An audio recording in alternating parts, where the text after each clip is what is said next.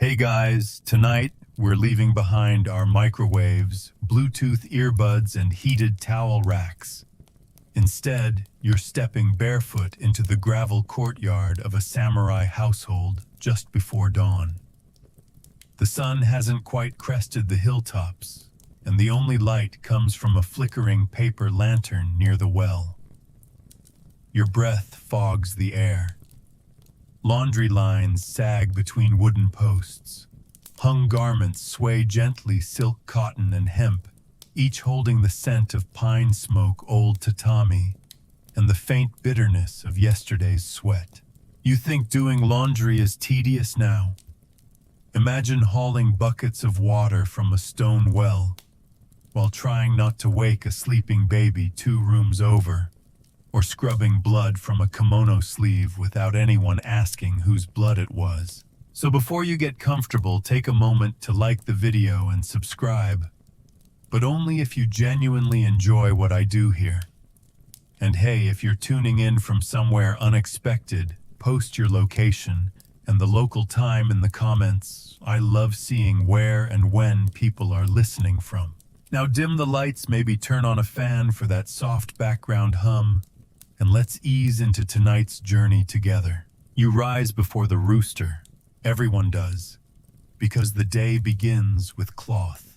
The kosode, the everyday robe worn by your master's wife, still smells faintly of cedar from the wardrobe, but you can tell it's been worn a few days too long. There's a slight darkening at the collar, sweat and old face powder, and the inner lining is stiff with yesterday's starch. It's not exactly filthy, but it would be an insult to serve tea in it. The robe must be washed. You know the routine. First you kneel by the basin and ladle water over the fabric. No detergent, of course. Soap in the Edo period is not some dainty bar that smells like lavender. In fact, there's no true soap at all, not yet. Most households, yours included, use a mix of rice bran, ash water, and sometimes crushed citrus peels. It's gritty gray and smells faintly sour. You scrub gently, careful not to damage the silk threading on the sleeve seams. The robe wasn't made for hard labor, but neither were you. And yet here you are, working methodically in the pre-dawn cold. You grip the cloth tightly, wring, release, rinse, repeat. Your hands are red and raw in minutes. Laundry in a samurai household isn't some quick spin and dry operation. It's closer to a ceremony. Certain garments must be washed only on auspicious days, especially ones worn for shrines or festivals. A wife's formal uchikake might wait days for the right moon phase, while undergarments are washed immediately, but never hung where men might see them. This robe, thankfully, is ordinary, so you soak it, beating it gently against a smooth board. Every so often, a fish scale pattern shimmers on the wet cloth. You pause to admire it. It's beautiful, and likely older than you are. You carry the robe to the line, where yesterday's wash still clings damp from the cool mountain air. You try to space each garment evenly. It's not just about drying, it's about displaying care. Neighbors may pass by, and a sloppy laundry line says volumes about your house's discipline. That, and there's a deeply held superstition that uneven drying causes the sole of the robe to sulk. Yes, the sole of the robe. You don't question it. No one does. As you peg the last sleeve, the light shifts. A rooster crows. Behind you, someone slides open a shoji door. Footsteps. The house is waking up.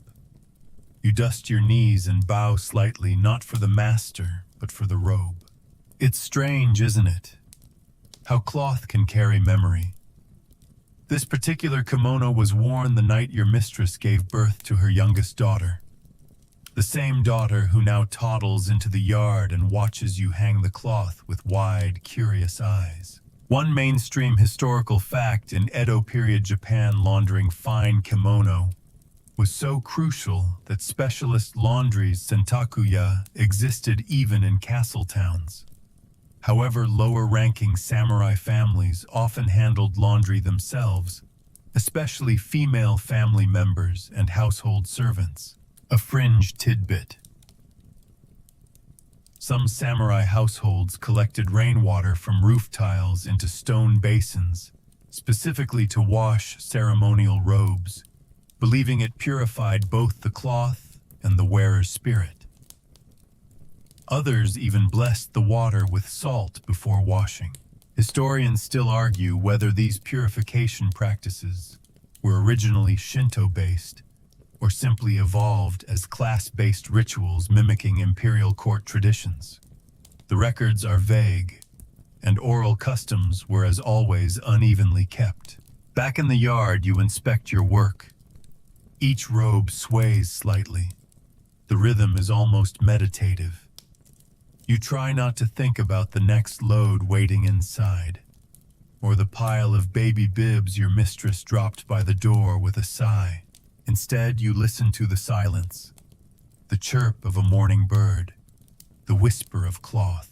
And for a moment, as steam rises from your breath and the sun finally breaches the gatepost, you feel it not just the weight of the task, but the quiet pride in doing it right. You don't expect gratitude. Not here. Not in a samurai household where duty is everything and praise is as rare as an extra rice ball at dinner.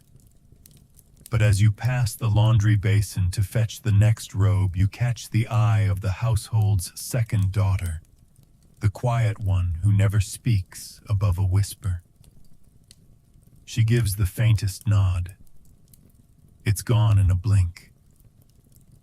But still, you saw it.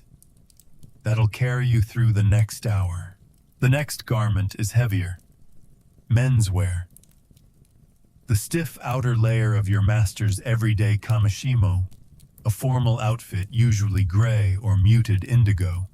He didn't wear it to court today, but perhaps to the local dojo, or to oversee the inspection of peasants' land taxes. Either way, it smells like wood smoke and old armor polish, and it must be cleaned. Carefully. You shift its weight across your forearms. This one's tricky. It's a common assumption, especially in modern dramas, that only the women of the household dealt with laundry. But that's not entirely true. In mid-tier samurai families with fewer retainers or tight budgets, everyone pitched in. Even boys. Even husbands on occasion. There are diary entries from samurai wives joking about how badly their husbands folded things when forced to do laundry during their wives' illness. You remember the old manservant Yamada-san, who taught you how to fold hakama trousers into exact quadrants so they wouldn't wrinkle at the knees. He did laundry every third day. Never complained. Said it kept his hands busy and his soul still. He also said he once caught a young samurai trying to dry his breechcloth over a candle. That story still makes you wince. Today you work with another servant, Chio. She's been here longer than you, maybe 5 seasons. She hums quietly as she beats a robe against the washboard. The rhythm is steady, but the song is one you don't recognize. A lullaby from her hometown, or just something made up to pass the time. You want to ask, but the mood is too soft to interrupt. Instead, you observe. Her movements are precise. She pours water only at the seams. She rings from collar to cuff, never the reverse. There's a superstition that wringing sleeves backward brings sorrow into the house. Whether it's true or not, no one dares test it. You watch her lift a child's juban, an underrobe, hold it to the sun, and inspect it. A pale stain near the hem. She frowns and returns it to the bucket with a sigh. Some garments need 2 washes, sometimes 3, especially if they belong to someone ill. There's a whole separate protocol for impure laundry. You take your place beside her, kneeling on the woven mat. The cold seeps through your knees. Together you scrub in silence. Here's a historical tidbit you might find interesting. Samurai families often passed down written housekeeping scrolls, kajicho, detailing exactly how household chores, including laundry, should be done. These scrolls served as both instruction manuals and family codes of honor. Some even had entire pages devoted to washing specific fabrics like rami or tsumugi silk. But the fringe detail. A few eccentric lords in the late Sengoku period actually had retainers whose sole job was clothing guardian.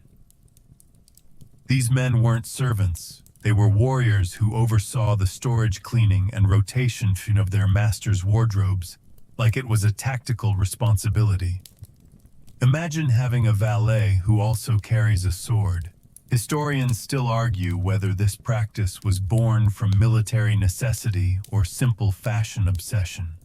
Some suggest it was a holdover from courtly customs when image management was part of warfare. Others think it was just a way to keep idle warriors busy during peacetime. You rinse a final robe and wring it gently. The morning is no longer cold. It's shifted into that warm, sticky zone where the sun heats the courtyard stones, but hasn't yet burned off the dew. You feel sweat under your sleeves. Not much, but enough to know the next robe will be a test of patience. The master's second son had a nosebleed during lessons. You didn't witness it, but the proof is here in streaks of rust-colored dots on his inner robe. Blood is always trouble. It stains fast and badly. Worse, it attracts the kami, at least that's what Chiyo says. You wonder if she means spirits or gossip. Carefully you dab it with salted water. It's an old remedy. Not always effective, but it shows effort. You rub gently with your thumb. Too much pressure might ruin the weave. You glance up. The line is half full now. Robes in shades of plum ash, ochre, and cream. Some with patterns, some plain. From a distance, it looks like a slow-moving scroll painting. You squint at the sky. A few clouds linger, but they seem harmless. Still, Chiyo mutters something about sky breath, a term for clouds that look innocent, but burst without warning. She's seen laundry ruined by 10 minutes of rain. Today she doesn't trust the weather. You nod and speed up. The last robe you wash today is yours. It's the least urgent and least elegant, but it's still yours. You scrub it with more force than necessary, perhaps trying to erase more than just dirt. Your place in the household isn't assured. But a clean robe, neatly dried and respectfully folded, says something. It says, I care. I belong. Chiyo sees you rinsing it. She doesn't say anything, just adds her own sash beside yours on the line. It's a quiet gesture, a silent kind of solidarity. The wind stirs again. The robes flutter like banners. And for a brief moment, you don't feel like a servant or a side character. You feel like a thread in the fabric of something older, steadier, and surprisingly beautiful. Your fingers are beginning to wrinkle. Not from age, not from time, but from water. So much water. Cold, grainy, slightly alkaline from the ash that's been soaking overnight. You flex your hands and watch the skin crease, pale and soft. The scent of lye clings to your palms like something you'll carry even in your sleep. Today's batch of laundry is more delicate than usual robes worn for recent guests. These aren't everyday kosode. No, these ones have embroidery. Real silk threads, some even imported from China, looped into patterns of plum blossoms and cranes mid-flight. You're nervous, rightfully so. One slip, one snag, and you're demoted from laundry detail to floor scrubber. if you're lucky. You crouch beside the basin and inspect your tools, a soft bristle brush made from dried horsetail hair, a smooth cedar plank, and the soap. But again, let's clarify, this isn't something that lathers or leaves a nice citrus afterglow. You scoop a bowl of cloudy gray water thick with dissolved wood ash and bits of rice bran. Stir gently. Then comes the choreographed dance. You dip the cloth, lay it over the board, and begin massaging the fibers. You don't scrub. You don't scrape. You knead it like bread dough, patient, rhythmic, deliberate. Why rice bran? That's what you're probably wondering. It turns out nuka or fermented rice bran contains natural enzymes that help lift oils and sweat without damaging the cloth.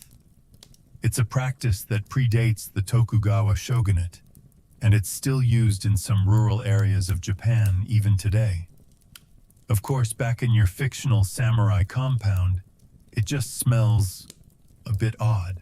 You reach for a yuzu peel and rub the fabric gently with it. It adds a faint citrus scent and acts as a softening agent. Not to mention the household believes it keeps away moths. Whether or not that's true, you'll take any excuse to inhale something that doesn't smell like ashes and armpits. Chio leans over. Careful with the collar, she says, her voice barely above the coo of doves roosting in the rafters. That embroidery's been through 4 generations. It's seen more weddings than I have. She chuckles, then returns to wringing out a pair of leggings with surprising strength for someone so small. You nod and slow down. Each stitch glows under the sun. Gold thread, real gold. It catches the light like dew. The thing about laundry here is that it's a private record. These robes remember. They've held infants, absorbed tears during funerals, been stained with miso from kitchen clumsiness, and sake from celebratory spills. There's something deeply human about scrubbing those moments away while knowing they happened. Here's a historical fact. To tuck away wood ash lye, known as aku, was commonly used for both laundry and dishwashing across Edo period Japan. Its high alkalinity broke down oils, especially when combined with heat. However, it could also wear out fabric faster, leading to careful rationing and technique adjustments depending on the cloth's quality. Now for the fringe, some older women swore by adding finely crushed persimmon skins to their laundry mix. Not for cleaning, but to imbue their family's garments with subtle stain resistance. This folk remedy varied by region and never made it into official manuals, but local sayings suggested it helped ward off the mark of dishonor. Historians still argue whether persimmon tannin practices stemmed from medicinal origins or just country folklore with no real basis. Some claim it was a status symbol only wealthier households could afford to waste fruit skins. Others think it was pure superstition wrapped in the language of ritual. You rinse the robe again, watching the yuzu oil bloom across the surface in tiny rainbows. It's hypnotic. The water swirls with yellow flecks and embroidery shimmers. You let yourself pause just for a heartbeat. Then the wind picks up. Not a big gust, just enough to raise goosebumps and remind you that damp robes, no matter how precious, will smell like mildew if not hung properly. You carry the garment to the line like an offering. The pole is bamboo seasoned and bound at both ends with waxed cord. You hang the robe with a reverence usually reserved for scrolls. Each sleeve is spaced exactly 3 fingers apart from the next. The hem is pinched with old clothespins made of carved maple, each with tiny notches for luck. Behind you, you hear Chio muttering to herself. You catch a phrase, "Let the wind bless, not curse." It's a line from an old washing rhyme. No one sings it out loud anymore, but everyone knows it. You return to the basin and discover a cloth that wasn't supposed to be there. A small white tenugui, its ends frayed, its center stained with what looks like ink. You blink. That's the master's calligraphy cloth, used to wipe brushes to absorb his mistakes. Why is it here? You look around. No answer. There's no protocol for this. You dab a finger to the stain. It's fresh, still wet. You hesitate. Some believe the ink of a master's brush is sacred, never to be washed away. Others treat it like any other stain. You decide to rinse it lightly, not scrub. Just enough to clean, not enough to erase. It's strange, really. You never imagined laundry would be where ethical questions arise. But here you are, debating whether a cloth remembers too much to be purified. And just like that, the basin's empty again. The courtyard is quieter. Most of the family has gone inside for mid-morning tea. You sit back, your knees creaking like old floorboards. Sunlight cuts through the leaves, casting ripples on the damp ground. Robes sway in the breeze. One of them, your own, has caught the light just right. It almost looks like silk. Almost. You don't smile, but you don't frown either. You just breathe. You blink slowly, head tilting toward the fluttering robes.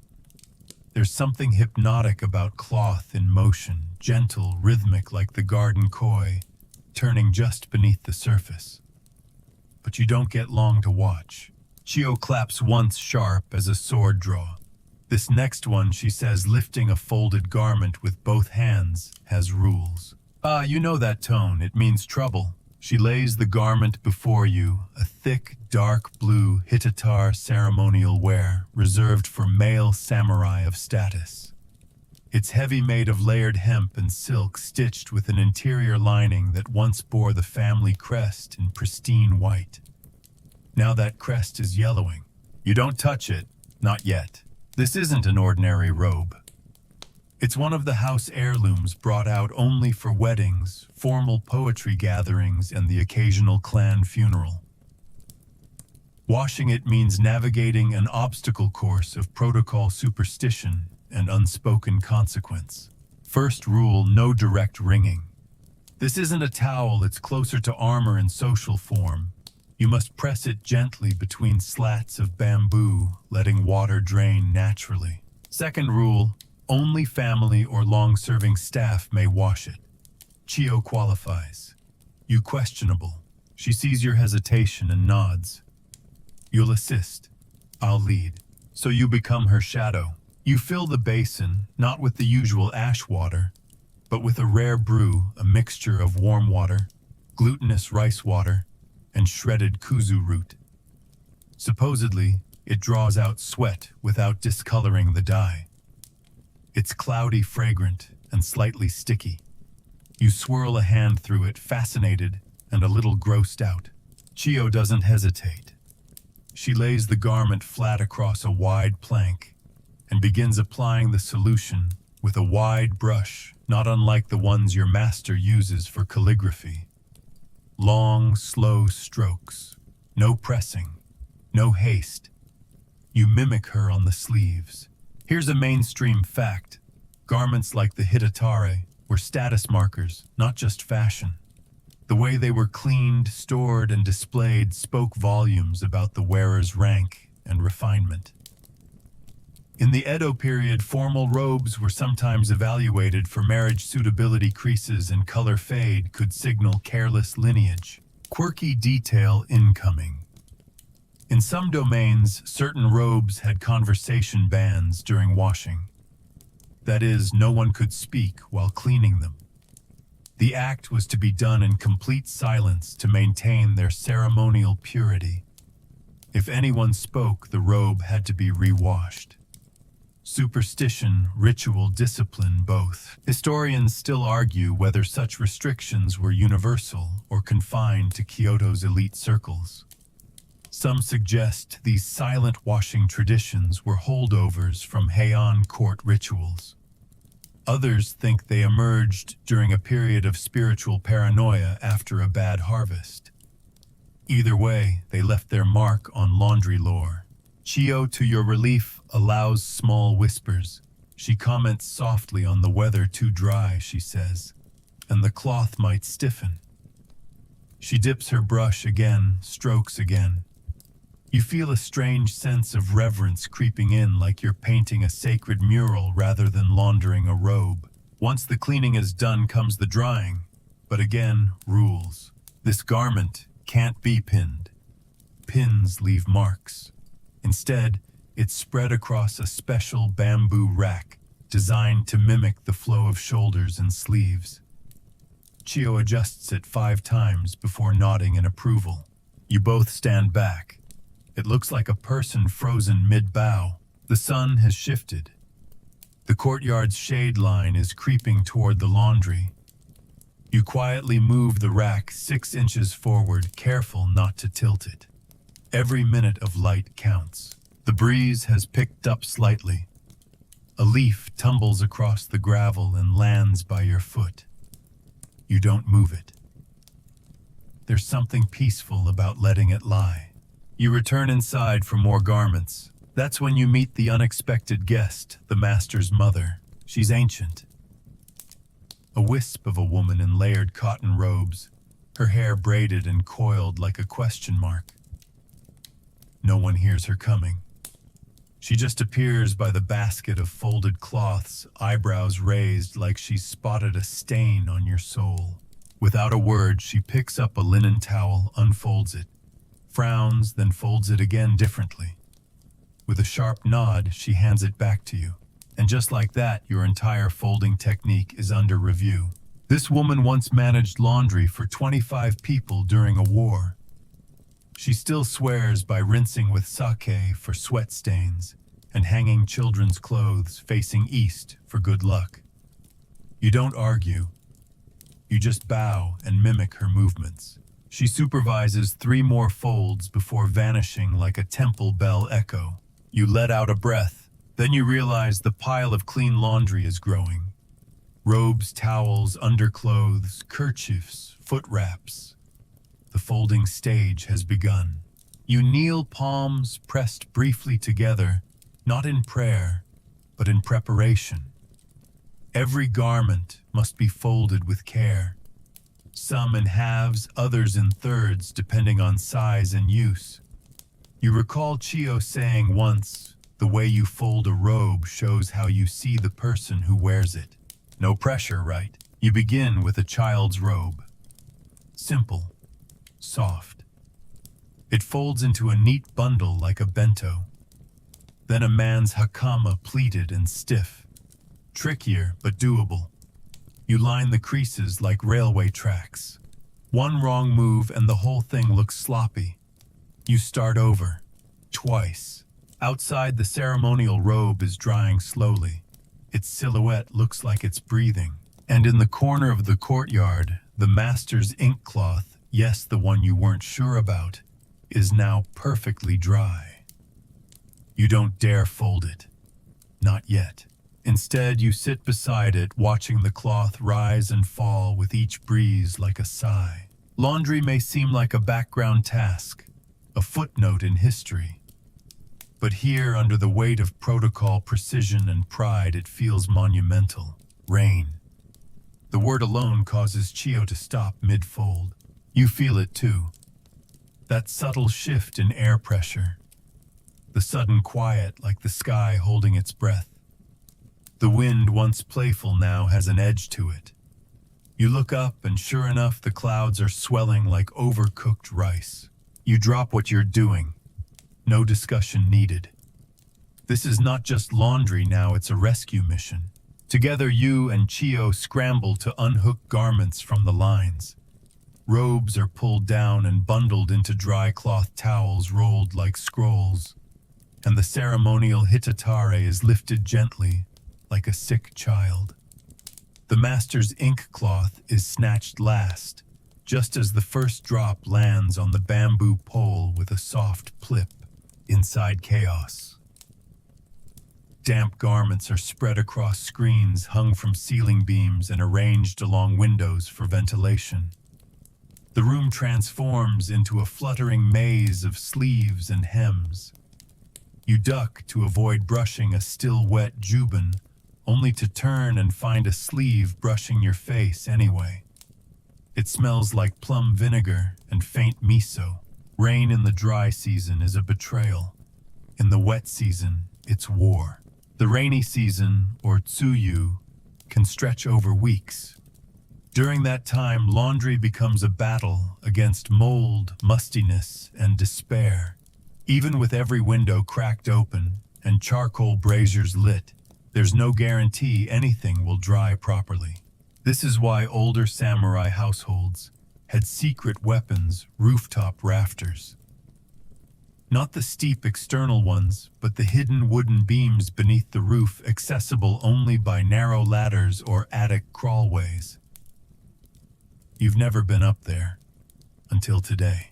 Chiyo gestures. You climb carefully. Don't kick dust onto the sleeves. You nod and ascend. The attic smells like old paper and spider webs.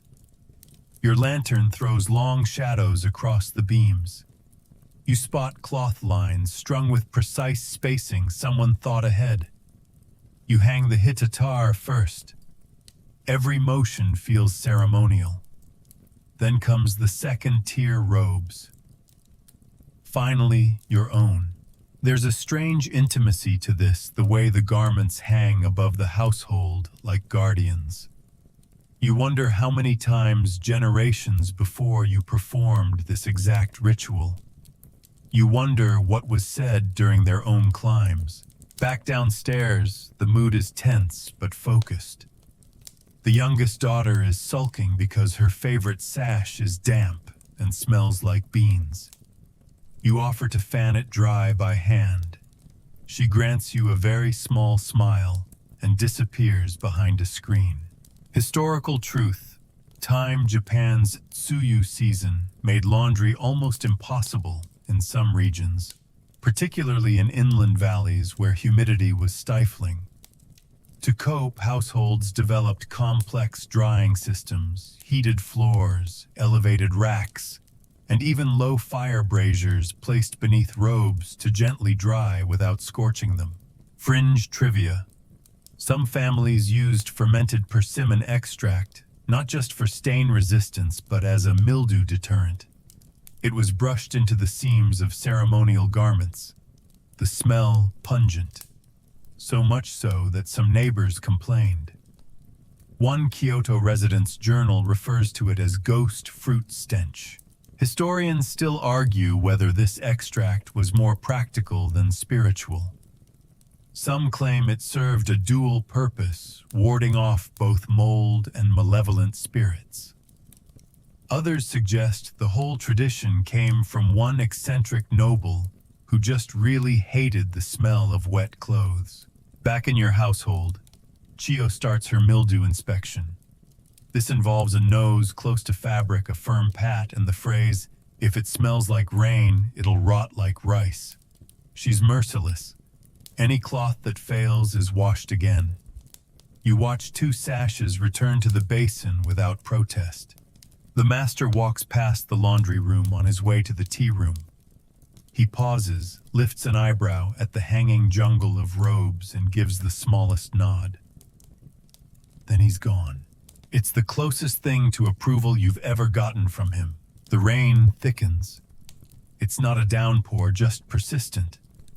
A long, low curtain of water that turns the courtyard into a mirror of gray ripples. The stone paths disappear under puddles. Even the chickens have given up and hidden beneath the storehouse eaves. Inside, the laundry smells evolve. From ash to wet silk vinegar to steamed cotton, and faintly heartbreakingly to the perfumed incense that once clung to festival robes. Rain doesn't just drench cloth, it erases memory. You sit beside Chiyo, both of you fanning cloth over a brazier. She tells you about the time she once tried drying a robe by hanging it above the stove only to have it fall into a pot of miso. The stains never left. Neither did the smell. Lesson, she says, smiling faintly. Don't hang cloth over food. No. Don't tell anyone when you ruin something.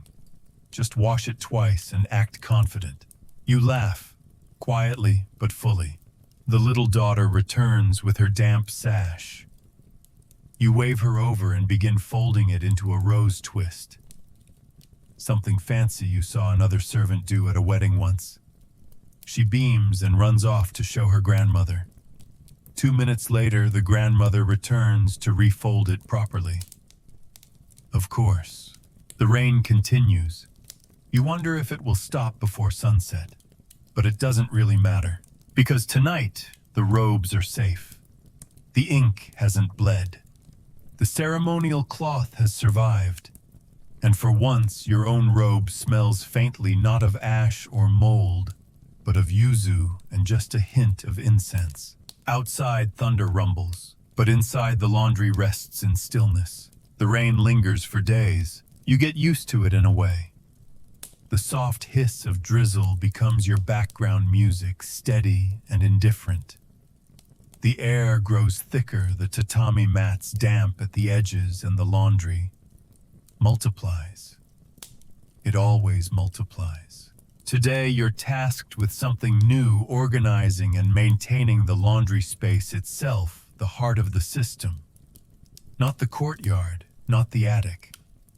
The true core, the laundry area behind the kitchen, bordered by tall reed screens and shaded from the worst of the elements. A humble place, but sacred in its own quiet way. First, the storage chest, kurabako, where folding racks, clean cloths, and bundles of spare pins are kept. You open it and breathe in the scent of cedar paper and starch. Some cloths have been untouched since winter. Their folds are crisp, but the edges feel brittle. Time to re-air them. You hang each one across the wooden railing, letting them soften in the mist. Chio nearby is oiling the clothespins. She uses camellia oil just a touch to keep the wood from cracking. It also gives them a soft sheen like they've been polished by moonlight. You wonder how many other samurai homes had spaces like this, quiet, secluded, precise. Not quite public, not quite private. A threshold where garments transformed from dirty to dignified. Historical note: in many samurai compounds, the laundry space was not simply a side room. It was considered an extension of the household's honor.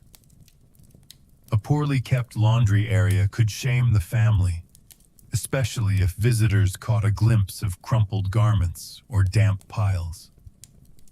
Manuals from the 17th century mention laundry discipline as a marker of household order. And here's a delightfully odd fringe detail: in some wealthy houses, laundry racks were carved with clan crests. Not for show, but as a reminder that even drying towels served the family legacy. One lord in Aizu reportedly insisted that no cloth touch a plain pole, fearing it insulted the lineage. Historians still argue whether this custom was widespread or the pet obsession of particularly image-conscious lords. There's also speculation that such carvings helped deter theft. After all, if your drying rack has your crest on it, your neighbors know where the robe came from. You turn to the next task, sorting the clotheslines. There are 3 types: everyday lines, private lines, and prestige lines. Everyday lines are used for undergarments and work robes. Private lines tucked in corners or behind thick screens are for more sensitive items: the mistress's personal linens, ceremonial sashes, and anything stained with things better left unexplained. Prestige lines, reserved for display. Yes, really. During special occasions or family inspections, freshly laundered ceremonial robes were hung in plain view, each fold ironed, each crest visible. Not for drying, but for showcasing the household's refinement. Chio shows you how to tell the difference. Look for the hooks, she says. The prestige line always has the lacquered hook. You find it, Dark red, nearly black, carved like a dragon's tail. You run your finger along the curve. Smooth, cold, important. Outside, the rain continues, but the mist begins to lift. Sunlight tries just a little to push through the clouds. You feel it in your spine before you see it. The light is returning. You and Chio move quickly now. Robes come out from attic storage one by one. You hang them with practiced rhythm. Each pin clipped precisely, each sleeve checked twice. The courtyard glows in silver light. Not full sun, but enough. That's when the visitors arrive. A pair of minor samurai, their armor lacquered, but scuffed from travel step, into the gate for tea with your master. They bow politely, shoes, wet cloaks, damp. They glance briefly toward the laundry line. One raises an eyebrow. The other hums. They've noticed. Chio sees them too and mutters, "Don't smirk at my folds, fool." Then she straightens the edge of a robe so delicately it looks like magic. You can't help it, you smile. Mainstream fact in samurai social culture, everything was part of status display. How you cleaned your armor, how you wrapped a letter, and yes, how you dried your clothes. For lesser-ranked warriors, laundry spaces were part of silent judgment from peers. That's why so many houses developed strict laundry etiquette. Visible lines weren't just drying tools. They were symbols of inner order. You look up. The lines are perfect. The colors vibrant. The wind gentle. The visitors go inside, robes rustling. You wonder if they'll comment. You wonder if they'll remember. Then the wind shifts and one of the outer garments you fold your pin starts to sag. You dart forward, clip it tight, smooth the crease, and step back just in time. Chio claps once again. "You're learning," she says. Her eyes twinkle. You look over the space. It's immaculate. Every cloth where it should be. Every tool cleaned, dried, and stored. The rain has washed the air clean. And for the first time in days, you feel the sun. It's faint, it's filtered, but it's enough. The laundry space hums with stillness. You've folded, scrubbed, wrung, and fanned. But today you're handed a new tool. A wooden paddle. And you're told to beat the laundry. At first you think Chio's joking. But no, she's utterly serious.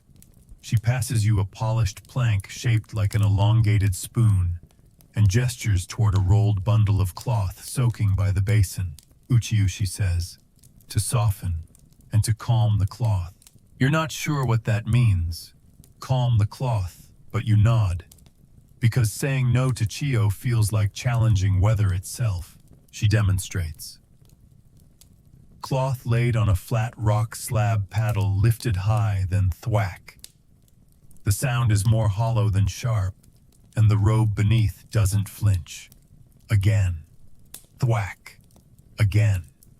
You can see moisture mist into the air with each hit. There's a rhythm to it, almost musical. You can see how it might be calming. For the cloth, or for the person, maybe both. Then it's your turn. You raise the paddle. You hesitate. Thwack! It's louder than you expect. You try again. Thwack! A beat slower. Chio nods once, then begins humming. Not a melody exactly, more like an old work song. You adjust to her rhythm. It becomes a duet. The robe beneath you releases its stiffness with each strike. Water seeps out, the cloth becomes looser, more pliable, like it's surrendering. This technique isn't just for softening, it's for persuading. Here's your mainstream fact. The practice of beating laundry with wooden paddles, uchiu, was common across Edo-era Japan, especially with thick cotton and hemp garments.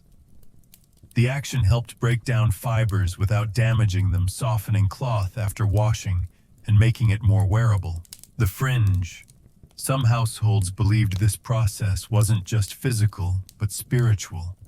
That each strike shook off bad dreams, especially if the robe had been worn during a time of stress or sickness. A kind of purification ritual disguised as housework. Historians still argue whether the symbolic aspect of uchiyu predates Buddhism's introduction to Japan or if it evolved as folk belief mixed with temple practice. Some scrolls suggest monks used similar techniques to cleanse ritual cloths, while others claim it was purely domestic. You keep beating. There's something almost meditative about it. The paddle becomes an extension of your arm. Each strike produces not just sound, but a kind of harmony. The birds chirp between beats. The water sloshes softly beneath the rock. Chio stops suddenly. She's staring at the robe in your hands. "That belonged to my brother," she says quietly, "before the fever took him." You lower the paddle. "He wore it in the fields. Every day. I used to wash it just like this. Thought maybe he'd come home if it smelled clean." You want to say something, but the words would only wrinkle the moment. Instead, you lift the paddle again, and this time you strike softer. Later, Chio shows you how to rinse the cloth in a second basin filled with warm water, plum blossom infusion. It helps lift the sweat smell and leaves a faint sweetness behind. The robe is no longer just clean, it's transformed. You press the water out with a flat board, not your hands. Some garments deserve that gentleness. You carry it to the drying rack. Not the main one, but a smaller line tucked behind the herb garden. The family doesn't use this one. It's for older robes or ones that no longer fit anyone in the house but can't be thrown away. The memory line, some call it. You hang Chio's brother's robe there. The air is still. You step back, and the cloth sways just slightly, as if acknowledging your effort. You return to the basin. More garments await. You work faster now. Each robe a different size weight mood. Some require vigorous paddling. Others only need a tap or two. You start to recognize them the way a carpenter knows wood grain, or a calligrapher feels brushstroke resistance. Chio watches for a while, then leaves to prepare tea. You're alone. For the first time, you hear your own rhythm: thwack, pause, thwack, breeze, thwack.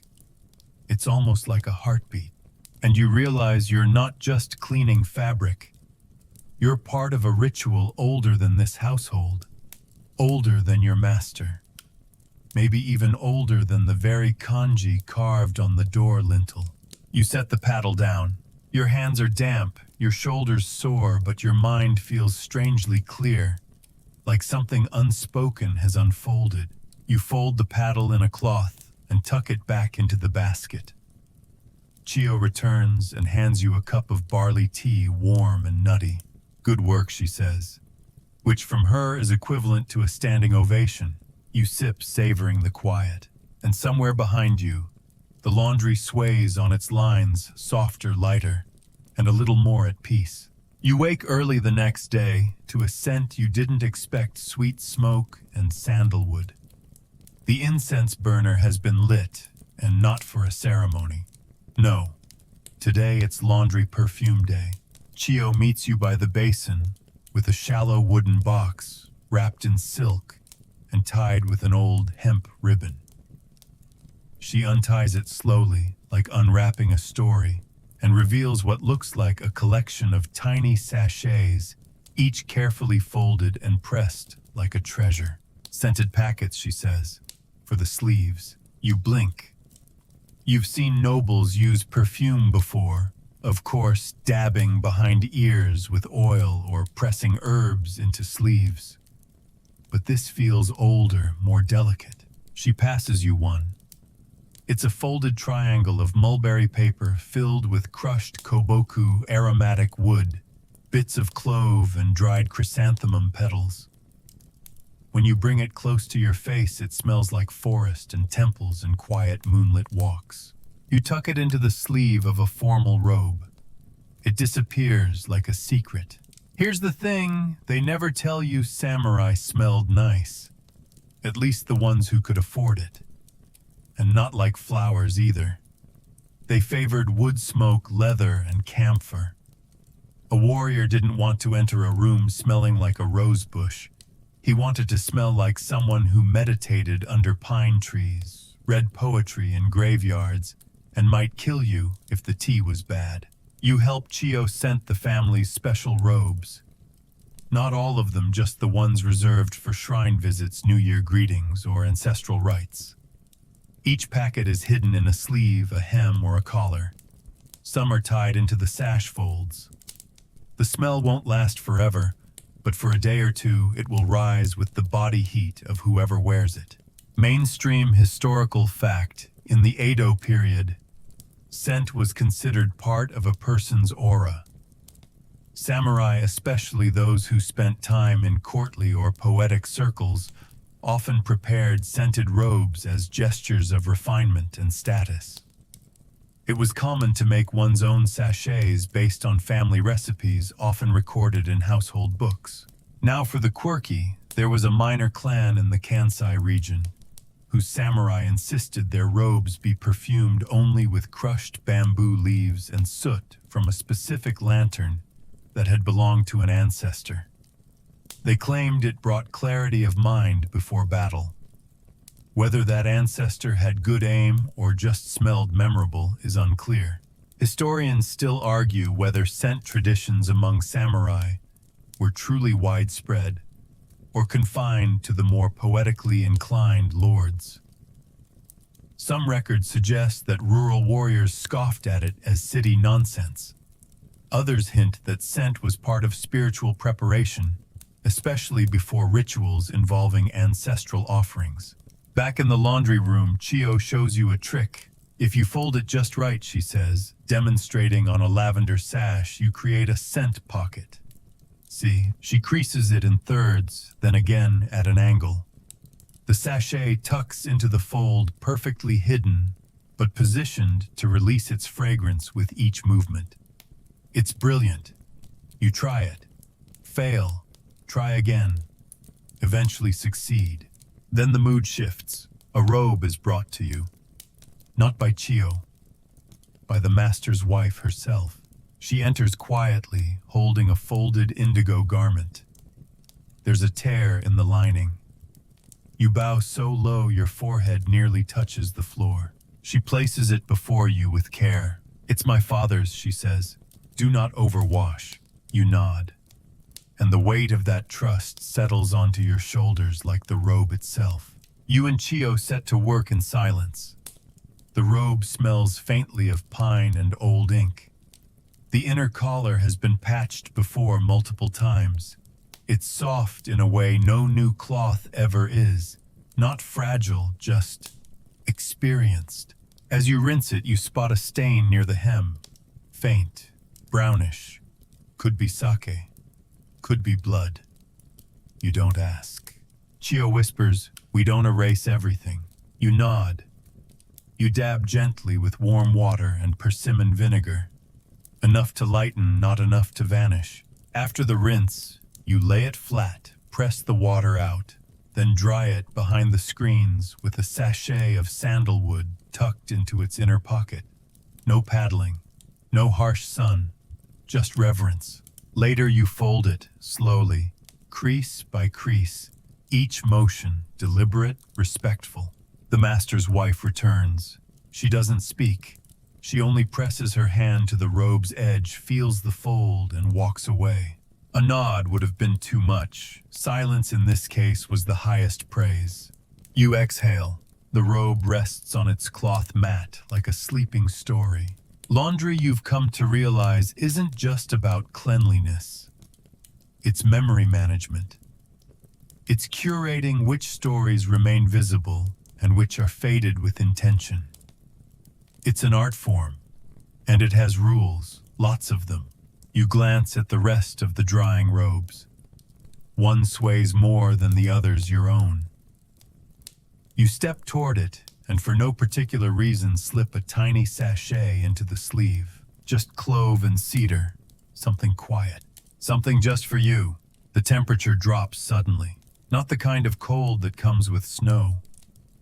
This is a creeping cold, the kind that seeps through floorboards and whispers through paper screens. Winter in the samurai household doesn't announce itself with blizzards. It arrives with numb fingers and steaming breath, and the unpleasant realization that water must still be hauled and robes still scrubbed. You wake before sunrise to find frost tracing the rim of the basin. The laundry bucket has a thin film of ice. You press your palm to it. It cracks like an old bone. Chio hands you a kettle. Pour slowly, she says. Only enough to break the surface. Save the rest. You do as told. Steam rises like a ghost from the bucket. It helps, but only just. Washing laundry in winter is a form of stubbornness. The water is cold. The wind is colder. And yet here you are kneeling on a straw mat layered with an extra rice sack, holding a damp robe that refuses to unstiffen itself. You dip your hands in. You regret it immediately. The ache shoots through your knuckles like pins. You try to rub warmth back into them, but Chio just snorts and tosses you a cloth-wrapped heated stone. A gift from the gods, she mutters, or at least from the hearth. It's smooth round and still radiating the fire's memory. You press it between your palms and nearly cry. Not from pain, from gratitude. Historical fact. In the colder provinces of Edo period, Japan, servants and household members often used heated river stones to warm water, or themselves while doing winter chores. These stones were usually kept near the cooking fire and wrapped in cloth before being passed around like sacred relics. Fringe detail. Some families carved lucky symbols into their laundry stones, rabbits for speed, waves for endurance. One record from a northern domain mentions a household that swore their clothes dried faster if the warming stone had the family crest facing north. Laundry meets folklore once again. Historians still argue whether heated stones were standard practice or a luxury limited to wealthier houses. Some scrolls list them under comfort tools while others don't mention them at all. Likely it depended on who was writing and whether their fingers were too numb to bother. You warm your hands and begin scrubbing slowly. The robe is thick winter hemp lined with old cotton. It smells like cedar and storage. The kind of garment you only wear during firewood runs or long horse rides through frozen fields. Not pretty, but vital. Chio's across from you, her breath puffing like a pipe. She's humming again. The same melody she used when teaching you the paddling rhythm. Now it blends with the wind and the faint crackle of logs from the nearby hearth. You whisper, "How did people do this before kettles?" She grins. "They didn't. They suffered." A pause. Or she adds they used snow. "You freeze mid-scrub." "Yes," she confirms. Fresh snow, packed into a basin, rubbed against cloth like salt. It chills the bones but lifts stains from dark robes. You wonder what's worse, hot lye water or cold snow. You make a mental note never to complain again. Today, drying is even trickier than washing. The sun is out, but it's weak, more symbolic than useful. Robes hung in this cold won't dry. They'll freeze. And frozen fabric is not just a nuisance, it's brittle. It cracks like glass if mishandled. So you use the elevated drying rack near the back of the compound, closer to the kitchen, where the air is slightly warmer. And you string twine beneath the eaves just above the braziers. Here the robes dry slowly, safely. Chio shows you how to loop the sleeves just right, so air can pass without letting creases form. She demonstrates tenting, a method of draping heavier cloth over two poles at an angle, allowing heat to rise underneath and gently wick away moisture. You work like this for hours. re-warming your hands with the stone, switching out water, re-wetting cloth, re-wrapping numb fingers, and still you find beauty. There's a robe in this queue today, deep navy, stitched with a crest of 3 leaves. It's old, likely your master's winter battle robe. You spot 2 careful patches along the inner shoulder seam, hand-stitched, uneven, likely sewn by someone who loved him. You handle it like it might speak. You scrub slowly, warm the water, rinse gently, dry in the tent formation. Then you fold it, hands trembling slightly, not from cold, but from knowing you're trusted with something that once walked through frost and fire. As dusk falls, you help Chio bring in the last robes. The courtyard is silent snowflakes beginning to drift sideways in the half-light. You catch one on your sleeve. It melts instantly, leaving a tiny dark spot behind. Inside, the hearth is lit. The drying room smells of wood starch and the faint, wonderful aroma of roasted chestnuts. You sit beside the stove, still wrapped in your drying robe, steam rising gently from the cloth like incense. And you realize winter laundry isn't about conquering the cold. It's about enduring it with grace. It's about persistence and rhythm and silent warmth passed hand to hand, robe to robe. You smile. Even frozen cloth in the end becomes soft again. You're elbow deep in rinse water when the smallest member of the household decides to intervene. She's 4 years old, armed with a damp hand towel and limitless questions. Why does the robe drink the water, she asks, poking the fabric. You pause. It's thirsty, you answer deadpan. She considers this, then nods gravely and offers her towel to the bucket. Mine too. And just like that, your morning transforms into an unplanned lesson in laundry etiquette, the tiniest, messiest apprentice by your side. You show her how to fold the towel into thirds. She folds it into knots. You show her how to rinse gently. She soaks it and whips it like a flag. You laugh. She pouts, but she keeps trying. This, you realize, is how it begins. Samurai children, especially daughters, learned household order not from scrolls or sermons, but from repetition. Watching, mimicking, being corrected and gently nudged back on track by the rhythm of daily rituals. Historical fact. In many samurai households, children were taught laundry customs by age 5, particularly girls.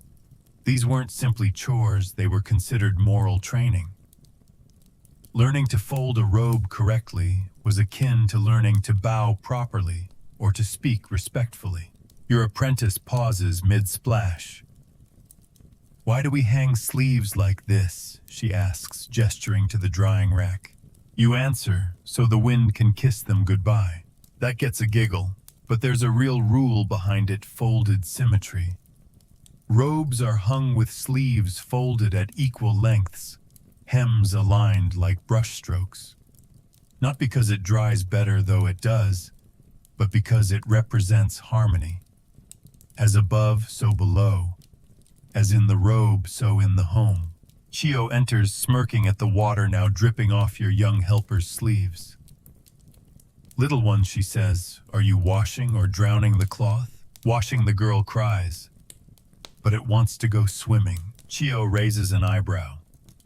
Then we must teach it how to swim properly. She kneels and the two of you form a circle around a child-sized towel.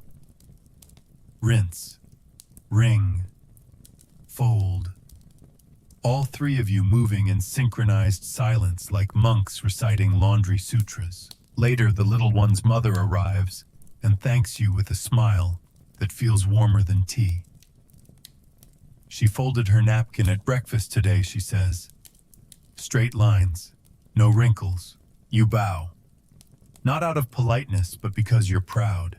And just as you're about to return to work, the girl runs back with a question too big for her voice. Can robes be angry? You blink. Why do you ask? Because yesterday I sat on a robe and today it's wrinkled again. Ah! You crouch to her level. Robes don't get angry, you say. but they do remember. She nods like she's just uncovered a sacred truth, then scurries off to tell the cat. Quirky tidbit. Some families believed cloth could retain emotional residue. If a person cried while wearing a robe, it should be aired in moonlight to release the sorrow. If they laughed too much in it, yes, too much, it was folded inside out to balance the joy. Clothing was not just fabric, it was memory, mood, and moral barometer. Historians still argue whether this belief was literal or symbolic. Was it about fabric maintenance or about using cloth as a mirror for the wearer's spirit? Either way, it lingered in practice for centuries, even after the myths faded. You step back and survey your drying line. It's oddly joyful today, child-sized cloths hanging beside ceremonial sashes like an accidental poem. A breeze lifts the hem of a half-dried robe. You catch it gently and repin it. One-handed, because your other hand is still damp from toddler towel duty. Chio returns with tea. She's holding something in her other hand, a small paper booklet worn at the edges. Household folding manual, she says. Oldest one I know. You sit beside her as she flips through it. The drawings are delicate diagrams of robe folds, laundry rack diagrams, even a section on stain removal arranged like a family tree. Sake stains branch into old and new bloodstains diverge by depth and age. It's half science, half art. You trace a finger over a crease pattern for funeral robes. Folded with the left sleeve tucked first. Always the left. No exceptions. Chio taps the page. This is where I first learned. You nod. There's reverence in how she handles the pages. Like scripture. You return to folding your pace slower now, your hands more mindful. The child's towel is first. You crease it with full ceremony. She watches wide-eyed. You hand it to her. Now you try. She fumbles it, then frowns, then folds it again. Perfectly crooked. You both applaud anyway. Outside, the wind picks up. Laundry sways like dancers bowing to the beat of the household's quiet rhythm. You gather the remaining cloth, and the day fades around you. Lessons taught. Stories folded. A few splashes of water still glisten on the walkway. Even the tiniest sleeve folded with care carries dignity. It starts with a bell, a soft chime echoing from the family shrine, followed by the rustle of sleeves and the whisper of slippers on stone. Today is no ordinary laundry day. It's the first full moon of the month, and that means cleansing. Of the cloth of the home of the soul. You're handed a bundle of garments, not dirty. In fact, they've already been washed. But now they must be washed again ritually this time. Chio meets you in this courtyard carrying a lacquered bowl and a small wooden ladle. She's already lit an incense stick, which smolders beside the basin. You can smell sandalwood rice straw and something slightly bitter, perhaps mugwort. You glance at the robes. They're light-colored, mostly white or pale gray. Shozoku ceremonial wear. Some belong to the family elders, others to the children, but all of them are treated with the same deference. Start with the sleeves, Chio says. Always. Then collar, then hem. Never the reverse. You nod and begin. The water today is different, not from the well, but collected rainwater left in a covered jar for a full night under the moon. It's cold, but it has a softness to it, like it doesn't cling as tightly to your skin. Chio claims it pulls less from the spirit of the fabric. You don't ask what that means. You simply ladle the water carefully, letting it flow across each robe like a blessing. Mainstream historical fact: lunar calendars structured not only agriculture and festivals in feudal Japan, but also household tasks. Certain phases of the moon were believed to affect the energy of a home and laundry. especially ceremonial garments, was often coordinated to align with the waxing or full moon. Today's task: a moon cleansing. One part superstition, one part spiritual maintenance. These customs were most common among Kyoto nobility and samurai families who clung to older Heian-era rituals, but even smaller households observed them in adapted forms. Fringe detail. Some scrolls suggest that the second full moon of the year required adding a pinch of salt and red bean powder to the rinse water to ward off unseen illness. Others say the garments should be fanned dry, not hung to avoid offending the household's ancestral spirits. Historians still argue whether these practices were truly connected to Shinto purification rites, or if they evolved through folk adaptation. Some believe they emerged from older textile preservation techniques, masked by spiritual symbolism. Others argue the rituals were deliberately theatrical, meant to reinforce hierarchy and keep servants busy. Today, no one is pretending it's just about hygiene. It's ritual, intentional, slow. You lift a robe from the rinse and lay it flat upon a cedar board, its sleeves fanned like open wings. Chio places a tiny piece of paper beneath the collar, something with kanji on it. You recognize the character for peace. She doesn't explain. You press water from the fabric using your hands, not to wring, but to bless, she says. She chants quietly as she works. Her words are half prayer, half poem. You don't understand all of them, but the cadence seeps into your bones. You begin to hum softly, echoing her rhythm. And just like that, the courtyard is transformed. No longer a place of chores, but a space of memory, of reverence. You feel it in the hush between wind gusts, in the careful way the sun moves across the robes, in the way you don't want to blink too loudly.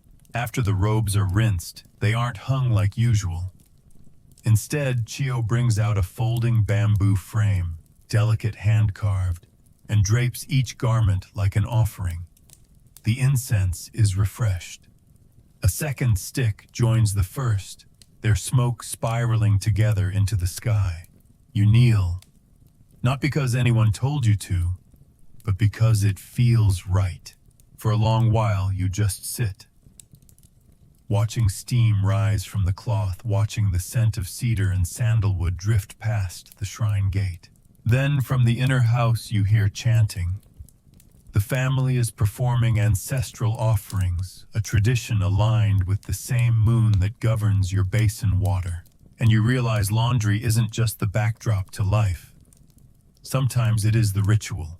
The little girl from yesterday appears beside you holding a tiny cloth bundle. It's a doll's robe, hand-stitched, slightly crooked. "Can she be blessed too?" she whispers. You smile. You place the doll's robe in the water and rinse it gently with full formality. Chio nods in approval. The child beams, and you have the sudden funny thought that somewhere some ancestor is smiling too. The wind picks up. Robes flutter incense, curls, moonlight fades into cloudlight, and the courtyard exhales cleaner, quieter, touched by something just beyond language. The moon rituals pass, but a different kind of stillness settles over the household. Not quiet exactly, but a hush made of anticipation. Today the mistress says there's a guest coming, an important one, from Edo. An inspector or an uncle or both, no one seems to agree. All anyone knows is that everything must look flawless, including especially the laundry, which is how you find yourself awake before the rooster again, peering through mist, waiting for the first signs of light to begin the most delicate laundry task of them all, the shrine cloths. They're not clothes, not quite, not worn, but they matter more than anything you've washed so far. White, rectangular, embroidered at the ends with sacred motifs, waves, pines, cranes in flight. They hang at the edge of the home altar, and must be spotless, odorless, and perfectly symmetrical. Chio presents them to you with reverence and 2 warnings. 1, don't fold them with your mouth open. 2, if you drop one, you must recite a purification prayer before touching it again. You blink, even if it lands on clean wood, especially then. You nod solemnly and take the first cloth. It smells faintly of sandalwood and age. The edges are soft but firm hand-stitched, with tiny reinforcement knots you barely notice until the light hits them just right. You rinse it with moon water, as they saved some from last night, and use only the tips of your fingers to agitate the fibers. Like coaxing a shy fish from under a rock, Chio says. You understand. You don't rush. Mainstream fact. In many samurai households, shrine cloths, gohei nuno, were treated with almost sacred caution. Their washing followed rules rooted in Shinto purification rites, specific water silence during drying, and use of sun-only drying when possible. Fire or fan drying was strictly forbidden. Quirky tidbit. Some households believed that the cloth absorbed not just dust, but bad dreams and illness. One old saying went, if the shrine cloth falls so, too does luck for 3 days. Some elders even tucked old shrine cloths into pillows to dilute nightmares. Laundry meets dream therapy. Historians still argue whether shrine cloth rituals originated from formal temple practice or were informal superstitions. Some scrolls treat them as divine textiles, others as mere decor.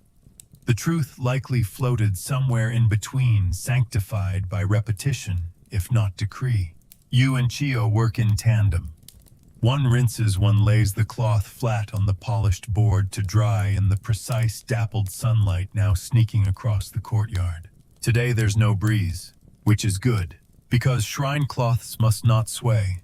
They must remain still. Motion in this context represents spiritual imbalance. So Chio uses polished stones, smooth river pebbles kept in a cedar box to weigh the corners of each cloth. You do the same, careful not to smudge. The effect is eerie. The cloths seem suspended between earth and air, unmoving, glowing with morning light. As you finish the last one, the mistress herself arrives. She inspects. Silently. Her fingers barely graze the hem of the top cloth. Then without a word, she lays a single camellia blossom at the foot of the board and walks away. That's the approval. You let out a breath you didn't know you were holding, but the day isn't done. Next, Chio brings you the inspection robes. Yes, robes prepared just for this guest, freshly washed, folded with exact care, and scented with just enough incense to suggest dignity, not desperation. There's a hierarchy in the folds. The outer robe gets a wide fold, sleeves slightly curved inward, inviting but composed. The underrobe is folded tighter, almost reserved. The sash is wound into a spiral, not a knot, to suggest readiness but flexibility. You want the cloth to whisper, not shout, Chio says. You mimic the folds. She nods once. Now comes the sleeve test. You hang the robes and wait. Why? Because according to custom, if the sleeves swing too far in one direction, the robe's spirit is restless. This could signal bad timing, poor preparation, or a need to refold. You stand there watching sleeves sway gently, like the tails of patient animals. One sways a bit too far. Chio doesn't even look. Refold that one. You obey. This goes on until even the wind is satisfied. The guest arrives at noon. You don't meet him. You're not meant to. But you see the ripple of his presence, how the kitchen staff stiffens, how the master's sandals are suddenly spotless, how every robe in the entrance hall seems to glow just a little brighter. The inspection is brief. The guest eats Bo's leaves, but as he steps into the outer corridor, he pauses by the laundry line. Not the main one, the discreet half-shaded line where the shrine cloths were briefly aired. He nods, once, Chio from her spot by the basin doesn't even flinch. But later over tea, she says he noticed. You say nothing. You just sip. Because you've learned in this household, a nod is worth more than applause. A straight fold means more than a full sentence. And a robe dried just so carries more weight than anyone would ever guess. The incense has burned out. The shrine cloths have been returned. The camellia blossom still rests in the shadow of the rack untouched. You leave it there. Some things, after all, aren't meant to be tidied. It's been a long week. Robes have been folded, unfolded, inspected, and restarched. The rain has come and gone twice. A broom broke. A sash caught fire from a stray ember near the brazier. Don't ask. And just when you think the household might settle into a rhythm again, Chio appears with another kind of laundry. Not for people, she says, dropping a bundle onto the mat with a sigh. For the gods. You blink. Didn't we do shrine cloths already? These are different. She unwraps the bundle. Out tumble 3 long, narrow banners Norrin that normally hang above the threshold, to the tea room and the side altar. They bear brush-painted characters and sacred symbols, their indigo dye sun-faded, and their hems lightly frayed. These have been up too long, she mutters. They're tired. You know better than to ask what she means by that, so you get to work. Washing banners is different from robes. There's more surface area, less structure. They flop, twist, curl at the edges. They bleed ink if the water's too hot. They wrinkle permanently if left folded while wet. You soak the first one in tepid water, mixed with a solution of barley husks and crushed bamboo leaf. The mix smells like a rainy field and stains your fingers greenish-gray. Gentle hands, Chio reminds you. We don't cleanse a prayer by scrubbing it. Historical fact. Norrin were more than just curtains. In samurai households, they often signaled presence or status. A freshly laundered Norrin could signify a household in good order, or prepare a space for rituals, meditation, or the return of an honored guest. Fringe tidbit. Some believed Norrin could hold arguments that if 2 people had quarreled beneath one, it needed to be rinsed within the week, or the house would remain unsettled. One Edo-era record mentions a household where the matron washed the same Norrin 4 times in a month to silence her son's temper. Historians still argue whether such beliefs were deeply spiritual or just household superstition elevated into tradition. There's little written record, only mentions in poems and proverbs. You rinse the second banner and lay it flat on a clean board, brushing the characters lightly with a fan to help them dry evenly. The ink reactivates for a moment, just enough to shimmer before fading again. Then as the third banner soaks, the visitor returns. Not the one from Edo. This one's older, local. The family's calligraphy teacher, a man with eyebrows like brushstrokes and a voice like wind through reeds. He walks with a cane carved from plum wood and carries a cloth satchel full of scrolls. He nods at Chio, says nothing to you. But when he sees the drying banners, he stops, frowns. These were painted by the third master, he says, eyes narrowing. You must dry them in shadow. Chio's face shifts slightly, annoyance or agreement, you can't tell. You adjust the rack, shift the banners beneath the overhang away from direct light. The old man nods again, sits, and watches.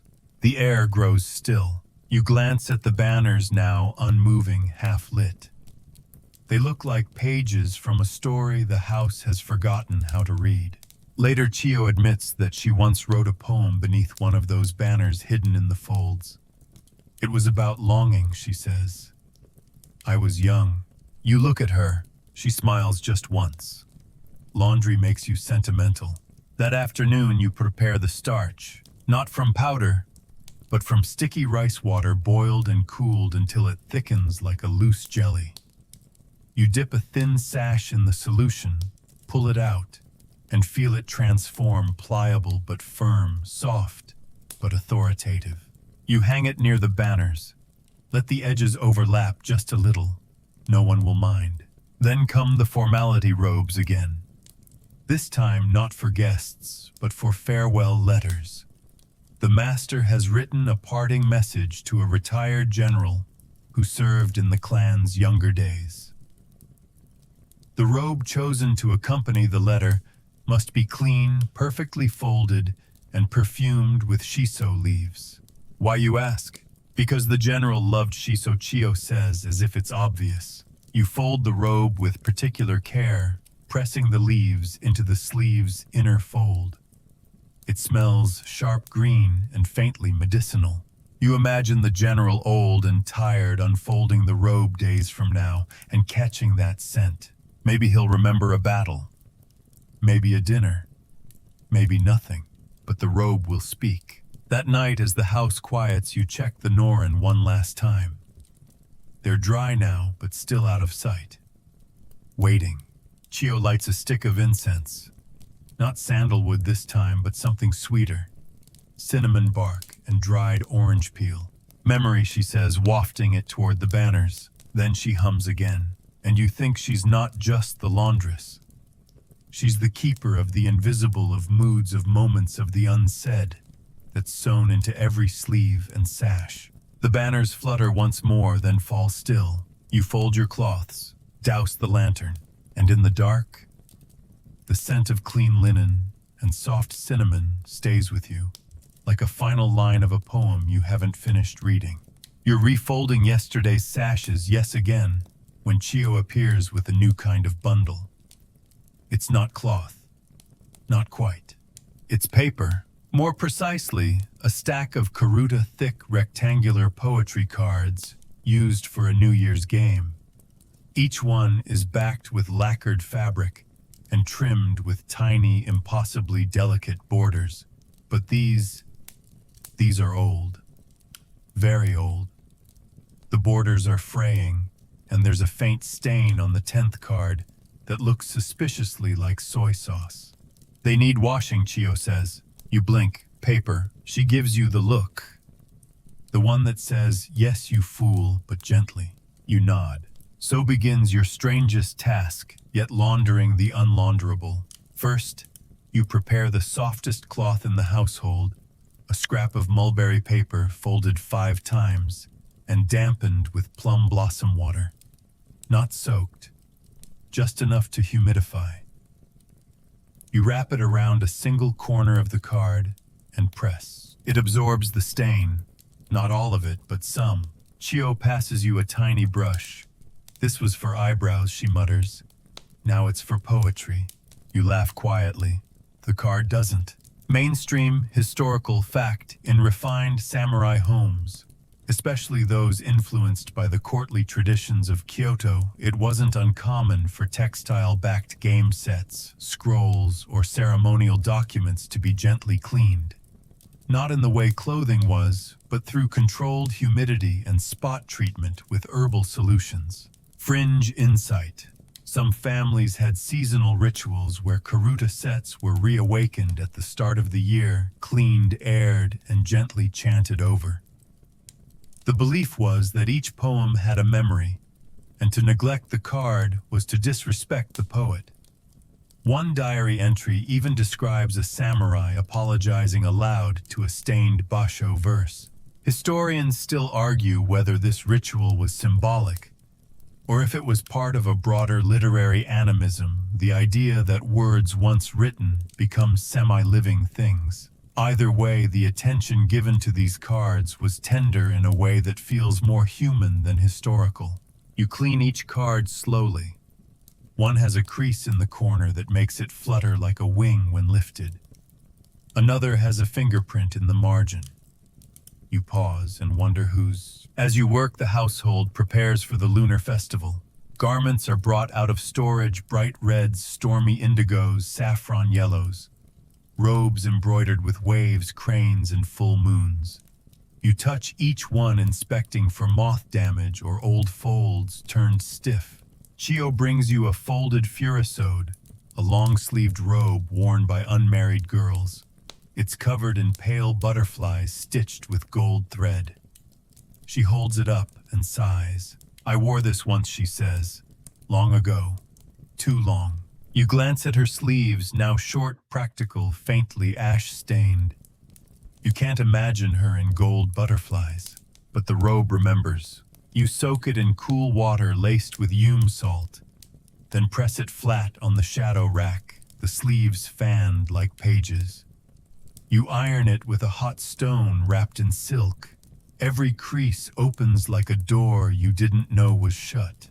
She watches in silence. You don't ask who she wore it for, or why she folded it away. Some stories stay pressed between the threads. Afterward, Chio teaches you a new fold. One for robes of separation garments prepared for those who were leaving.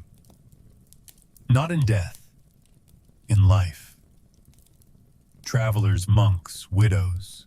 It must fold away from the heart, she says, showing you how the right sleeve wraps under the left instead of over it. Why? So the robe doesn't remember your scent too strongly. You stare at the robe. It's ordinary, pale gray, but the way it folds suddenly feels heavier than armor. You whisper, "Who folded yours?" Chio doesn't answer. She just finishes the crease, then adds a tiny sprig of pine to the bundle. For strength, for luck, for goodbye. You wrap the robe, tie it, and feel something unnameable settle in your chest. A weight and a hush. Even laundry knows how to mourn, you think. Even laundry knows how to let go. Later the moon rises. You and Chio lay out the cards, now cleaned, dried, and rescented with a pinch of incense ash. The verses shimmer faintly under candlelight. You read one aloud. It speaks of wind through pines and the way clothes move on an empty line when no one is watching. You both go quiet. Then she says, "Not bad, for paper," and you laugh, but gently, because even jokes must be folded softly tonight. The end of winter comes not with trumpets, but with dripping eaves. The snow doesn't melt all at once. It withdraws gradually, retreating in patches from the courtyard. Stones dripping from the bamboo gutters soaking the ground, with a rhythm older than calendars. And with it comes the final season of the samurai laundry cycle, spring airing. It begins with the baskets. Chio hauls out 4 of them, deep wide, woven tight with willow. Each one packed with cloths, long folded summer robes, thin undergarments, festival sashes, embroidered towels, things that haven't seen daylight in months. Your job, wake them up, not wash. Not yet. First airing, called mushiboshi, literally bug drying. A day-long ritual where old garments are laid out under gentle sun and brisk wind to remove moisture, shake out hidden pests, and remind the fabric it's still wanted. You carry the first bundle into the courtyard, lay it flat on a long reed mat, and begin unfolding, and unfolding, and unfolding. You didn't realize how many layers a robe could hide until you've opened the same one 3 times from 3 angles. The inner collar is stiff. The outer sleeves curl at the tips. A single thread dangles like an eyelash. You clip it and smooth the fold. Chio brings a handful of hinoki leaves, Japanese cypress. You scatter them along the sleeves. The scent is sharp, clean, almost peppery. It's said to repel moths and attract good fortune. You believe both. Mainstream historical fact.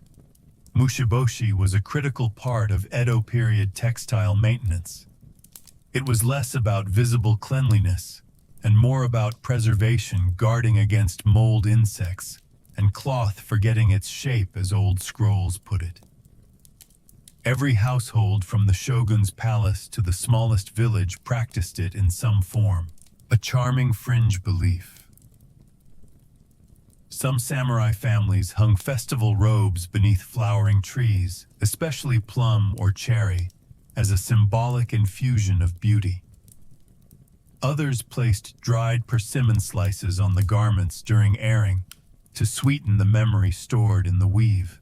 Historians still argue whether these customs were practical or poetic. Did they really help? Or did they simply feel right? Some say the garments were treated as extensions of family lineage, not just objects, so anything that honored beauty honored them. You can believe it, because as you unfold the second robe, a child's summer kimono with faded turtles embroidered near the hem, you suddenly smell dust and lilac, and you're not sure why. Maybe memory lives in fibers after all. Chio begins dusting each garment with a soft feather broom working from collar to cuff. You follow suit, careful not to lift the edges too roughly. Every garment gets a breath of wind. Every hem gets a moment in the sun. It feels less like a chore and more like a resurrection. But not all cloth survives the winter. Chio finds a robe with a torn lining and moth damage near the shoulder. She doesn't scold. She just sighs and folds it into a separate pile. You ask, "Will we repair it?" She shakes her head. It's lived its life, and that's the end of that. You say nothing, but later, when she isn't looking, you smooth its sleeve one last time before storing it. It's late afternoon now. The mats are nearly full. The robes ripple in the breeze like prayer flags. There's a kind of peace here, nothing urgent, nothing hidden, just the long exhale of fabric waking up again. The master passes through. He doesn't stop. But his eyes linger a moment on the mats, and he nods. You've learned what that means by now. As the sun begins to dip, you gather the robes, fold them slowly, not tightly. Spring robes must rest lightly. You add cedar chips to the baskets, tie each with cloth cords, and stack them by the storehouse door.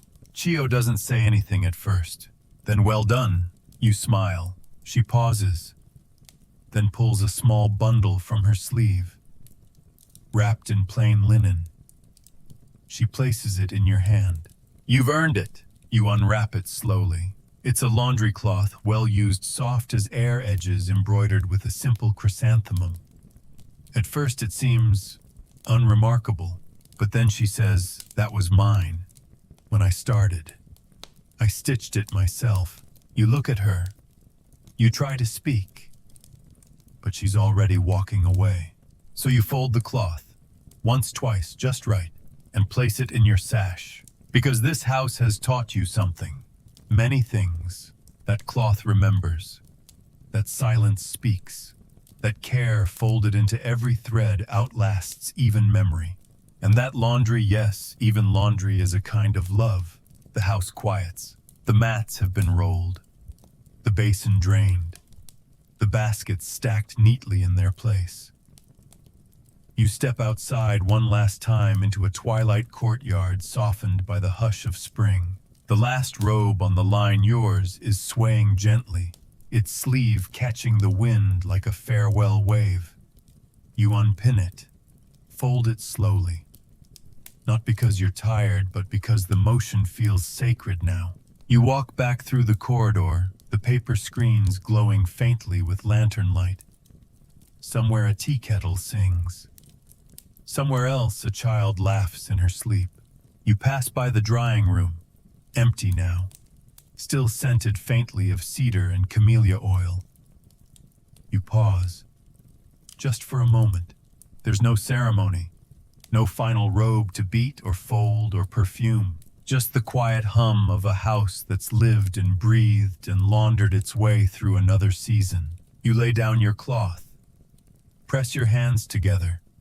One final fold, one final breath. And as your eyes close, you imagine the robes still swaying gently in the night breeze. Soft, clean, silent, carrying with them the weight of 1,000 days and the peace of none. Sweet dreams, traveler.